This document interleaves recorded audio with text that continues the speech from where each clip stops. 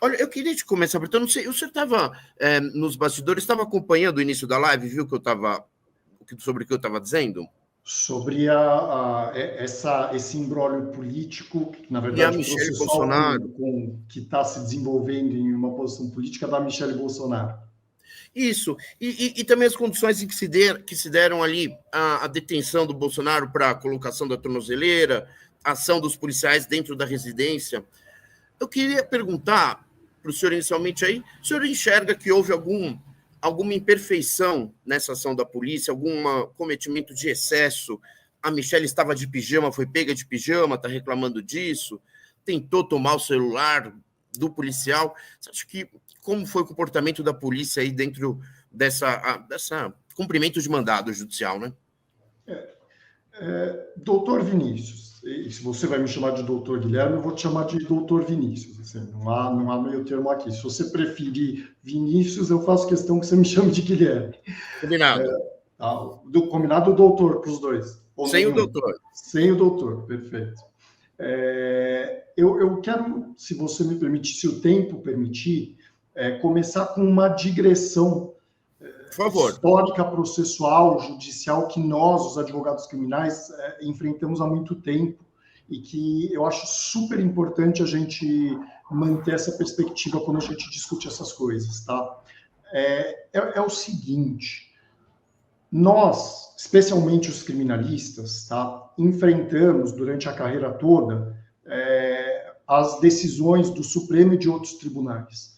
É parte da minha função e é parte do que eu faço cotidianamente falar, apontar defeitos nas ordens, nas decisões, combater decisões que eu considero ilegais.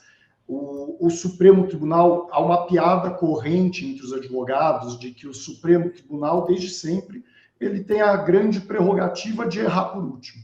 Ele não é um tribunal que necessariamente acerta exclusivamente, e com frequência a gente entra com petições, aponta, fala, essa decisão é ilegal, essa postura é ilegal. Então a crítica ao mandado, a crítica ao cumprimento do mandado, a necessidade ou desnecessidade de uso da força na atuação policial, isso é legítimo do sistema judicial, isso é legítimo no questionamento judicial. O que vem tomando um aspecto muito problemático, seja do ponto de vista legal, seja até do ponto de vista pessoal, meu, é a seletividade nesse questionamento. Quer dizer, é muito peculiar para alguém como eu e como quase todos os meus colegas, que dedicou a vida a fazer críticas e questionamentos dizendo, olha, o cumprimento de mandados judiciais, ele tem regramentos, ele tem que ser feito assim, tem que ser feito assado, a exposição desnecessária é ilegal, o excesso policial é ilegal, tem que ser combatido, essa decisão tem fundamentos que precisam ser questionados. Quer dizer, para alguém que passa a vida fazendo isso e assumiu, assim, uma posição que hoje a gente define como garantista, né? Assim que a gente se chama, é o garantismo no âmbito do direito penal e processual penal. É a posição que busca garantir os direitos individuais contra os poderes do Estado. O processo penal, esse é o grande objeto dele, no fim das contas.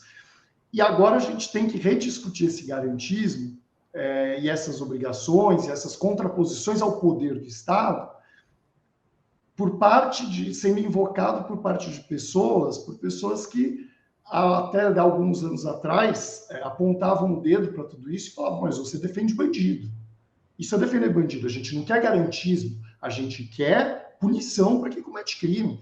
O cara cometeu crime, eu ouvi isso nos meus quase 20 anos de carreira.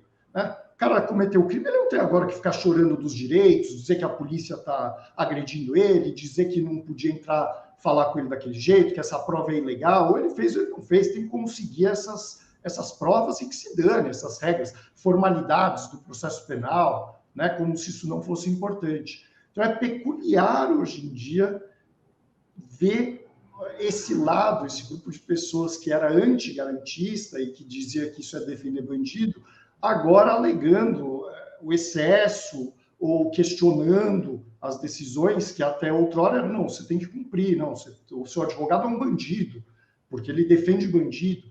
Quer dizer, isso é um aspecto da discussão que eu quase nunca deixa as pessoas esquecerem, tá? Quer dizer, tem um lado, tem uma intenção, isso tem muito pouco a ver com busca de garantia mesmo, de proteção a um sistema jurídico de verdade, e muito mais uma intenção política clara ou uma defesa clara de um indivíduo. Tá? O advogado que passa a vida lutando contra o abuso judicial, ele está lidando com um sistema judicial e com garantismo. Uma pessoa que nunca, ou um grupo de pessoas que nunca se preocupou com o correto cumprimento das regras processuais, com a defesa do acusado, com a garantia do acusado de um processo justo, e que agora quer destruir o Brasil, o Estado, ou seja lá o que for, por causa de um processo específico, isso não tem nada a ver com garantismo, isso não tem nada a ver com a busca de um processo judicial justo. Isso é uma apropriação aí dessa luta para buscar objetivos muito específicos. Isso é um objetivos específicos individuais, né? De seu interesse na sua pessoa, né? Individualíssimos. Normalmente, eu até faço eu não diria para você que são tão individuais assim, porque é um grupo político. Então, em tese, eles defendem ou representam um projeto de país, se você quiser chamar de projeto de país o que o bolsonarismo apresentou, tá? Eu não concordo que seja. Então, como é uma questão política, não deveria ser tão pessoal assim. É uma coisa mais... É um grupo, um conceito, um grupo político. É que no caso do bolsonarismo especificamente, a gente está se aproximando cada vez mais do modelo trumpista, né? Que há uma rendição completa de um grupo político a interesses pessoais e familiares que cada vez fica mais expresso, cada vez abandona mais assim, aspectos de legitimidade. E é mais, não, é essa pessoa mesmo, o messianismo, né? Que, aliás, é fantástico o messianismo, o quanto ele se aplica aí ao Bolsonaro, até pelo nome. Mas é isso, é a eleição de uma pessoa como representação máxima e quase um culto, né? Nos Estados Unidos eles discutem isso muito, o quanto o trumpismo vem se assemelhando cada vez mais a um culto e menos a um partido político, uma organização política. Então, normalmente, eu não sei se eu concordaria com você que é tão individual, mas Perfeito. No caso do Bolsonaro, da família Bolsonaro, assim como no caso do Trump, cada vez mais isso vem adquirindo, sim, características de uma defesa pessoal e não de um grupo político.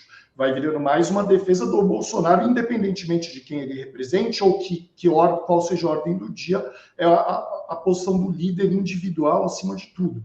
Então, nesse caso, eu tendo a concordar, assim, há uma defesa muito clara individual ou da família Bolsonaro aí, em certos ataques, certas críticas que nunca foram feitas por esse grupo antes. Quer dizer, isso trai o verdadeiro objetivo do grupo. Mas, feito essa digressão aí, eu gosto de ter esse contexto de como está ocorrendo essa discussão, falando da maneira prática, tá? Eu não vi as gravações, eu acho que ninguém viu, não foram liberadas. Não, ainda não vazou, não. E não consigo dizer, no plano concreto, se houve algum abuso específico, algum excesso. Eu vou te perguntar, doutor, com as informações que... Desculpa, eu vou te perguntar, Guilherme, com as informações que a gente já tem. Eu pergunto se há excesso em a polícia entrar todos armados ali e pegá-la de pijama. Isso é um excesso? Isso eu ia dizer, que assim, pelas notícias que a gente tem até o momento... Foi o que ela disse que foi o excesso. A Damares falou que foi o excesso. Não me parece nenhum tipo de excesso, tá? É cumprimento assim como ordem de prisão, assim como ordens de busca e apreensão, por exemplo, é normal que elas sejam efetivadas no início da manhã, tá? Para evitar que a pessoa saiba, fuja, para garantir que ela está em casa. O que a lei diz e o que o processo penal diz é que você tem que fazer isso no período diurno. Então, você não entra às 2 da manhã na casa de alguém para esse cumprimento, a não ser em casos muito específicos, tá? A necessidade de proteger a vida de alguém, um flagrante. Se o cumprimento de uma ordem que está determinada, ele é feito dessa forma quase sempre, a não ser que o tempo não permita. Mas todas as operações, sempre que você vê uma notícia falando operação da PF, cumpre mandados aqui, ali, por que você vê isso tudo no mesmo dia, tá? Tudo no mesmo momento, tudo no mesmo dia. É assim que as operações funcionam. Você expede uma série de mandados, seja de prisão, seja de busca e apreensão, para serem cumpridos normalmente simultaneamente e praticamente sempre nesse horário, o início da manhã, tá? Amanheceu, tá claro. Lógico que a jurisprudência vai estabelecendo essa coisa do o que é o início da manhã, né? Mas no inverno tá claro mais tarde. Não, mas 6 da manhã já era o começo do dia. Mas a ideia é que as pessoas não se comuniquem, não impeçam o cumprimento desses mandatos, não é impeçam fisicamente, é impeçam, por exemplo, destruindo provas, falando para outra pessoa, a Polícia Federal veio aqui, você precisa apagar a prova, e a pessoa tem tempo. Esse é o padrão de operações policiais, porque assim você garante a efetividade delas, e esse é o padrão do cumprimento de mandado. Não há nada muito fora do comum aí. Tá? Eu estava de pijama. A grande maioria das pessoas, quando recebe a Polícia Federal de surpresa na sua casa, recebe de pijama mesmo. Nós não vemos tanto isso no cumprimento de mandado de prisão normalmente, por exemplo, porque a pessoa sai de lá presa, quando você vê nas notícias alguém saindo preso, ela sai de lá presa vestida porque a polícia fala, se vista, faça uma mala, alguém te acompanha para ter certeza que você não está destruindo, mas ela entra de manhãzinha, normalmente acorda a pessoa. Até se brinca isso, né? No meio popular, nem no meio jurídico, assim, foi acordado pela PF. Por que a PF foi acordar lá, a pessoa foi acordada pela PF? Porque esse é o horário padrão de cumprimento, que assegura que a pessoa está em casa e assegura que ela não terá tempo para reagir de alguma maneira. Olha só, se o mandado de busca e apreensão ou de prisão não fosse cumprido simultaneamente, o prejuízo é óbvio, se houverem múltiplos mandados. Claro. No caso de um só, se você chega lá no meio do dia e a pessoa não é encontrada, ela terá a notícia de que há o mandado. Ela vai saber. E se ela sabe, ela tem o porteiro liga lá e fala, veio a Polícia Federal aqui, você não estava, acabou a efetividade do mandado. Acabou. Claro. Se ele tem alguma coisa no celular, se ele tem alguma coisa, ele vai se desfazer das provas. Então, isso é padrão, tá? Horário, pijama, o agente estar armado, nada disso constitui um excesso, a princípio. É claro que se a pessoa entra armada e aponta a arma e rende... mas isso aí ela nem alegou, né? Exato. É possível ocorrer excessos e nós temos que sempre estarmos atentos e críticos aos excessos. Mas o relatado até agora não me parece excessivo de maneira nenhuma. E o que a gente está vendo, isso é do ponto de vista processual penal, né? Minha opinião. Claro. Até diante disso, eu até informo, assim, advogados criminais, de uma maneira geral, nós não perdemos nosso tempo com certos debates jurídicos dentro do processo sobre coisas como essa. Assim. Teve um mandado de busca e apreensão. Eu não vou perder meu tempo e o do meu cliente, normalmente falando, mas eles entraram armados, mas eu estava de pijama, tentando anular o cumprimento dessa busca e apreensão, dizendo que houve excesso, porque eu não vou ganhar. Tá? Isso é tão padrão. Eu não me lembro, por exemplo, de jamais ter alegado em uma defesa que porque foi cedinho, porque foi cedo, porque meu cliente estava dormindo, isso aí é um excesso. Eu nunca fiz isso, poderia fazer, mas nunca fiz, porque nunca imaginei que eu teria a chance de ganhar. O padrão de cumprimento é esse, eu não vejo excesso aí. Tá? Muito bom. E o que a gente vê, como você apontou, né? Há uma articulação política por trás. Quer dizer, a Damares Alves já sai em defesa, falando, olha, se isso vazar, você vai ver, é um constrangimento absurdo, tal. Porque ela está fazendo essa só uma vacinação, né? Se vazar, eu já vou falar, se isso vazar, tentando conseguir alguma vantagem política diante de um possível vazamento. Porque isso estaria ocorrendo. Aí a gente só pode conjecturar, é evidente, mas e eu não sabia, até eu fiquei sabendo hoje com essa notícia, inclusive, de que talvez a Michele Bolsonaro tenha se descompensado, é isso que as notícias falaram, né? O jornal Globo fala em chilique, né? Fala em chilique, Chilique não é um termo jurídico, mas assim, se ela teria se descompensado, talvez antevendo isso como um dano político, a imagem em si, né? Porque pode ser, eu não sei como ocorreu, mas poderia ser que a gravação do ato causasse um dano político. Se foi muito fora dos padrões, foi descompensado, isso causaria dano político a ela.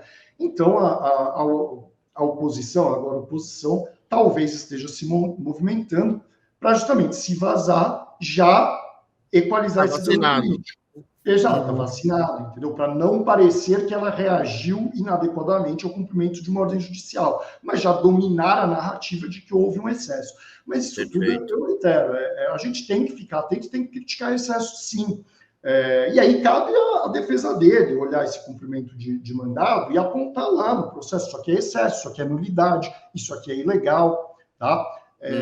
Pelas notícias que eu vi até agora sobre o cumprimento, nada me pareceu sair fora do padrão, mas a gente tem que ver no processo. Se houver um excesso, a defesa dela tem que levantar e alegar, é claro, isso é importante, defender que os mandatos sejam cumpridos adequadamente. A gente tem que separar o processo da gestão política de crise, né? O âmbito de discussão da política é muito diferente, Quer dizer, parece fazer sentido eles se moverem para evitar mais danos aí, é uma questão política, não processual.